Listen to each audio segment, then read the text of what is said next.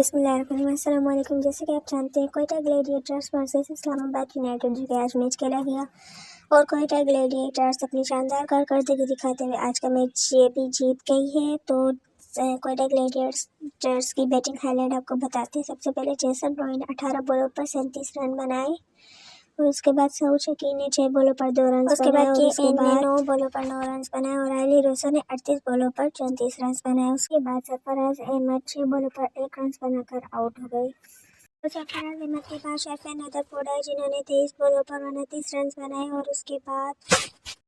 और उसके बाद अकील हुसैन ने 2 बॉलों पर 8 रन बनाए। मोहम्मद वसीम जिन्होंने 2 बॉलों पर 1 रन बनाए और मोहम्मद आमिर ने 6 बॉलों पर 11 रन बनाए। ऐसे ही क्वेटा ग्लैडिएटर्स ये मैच जीत गई।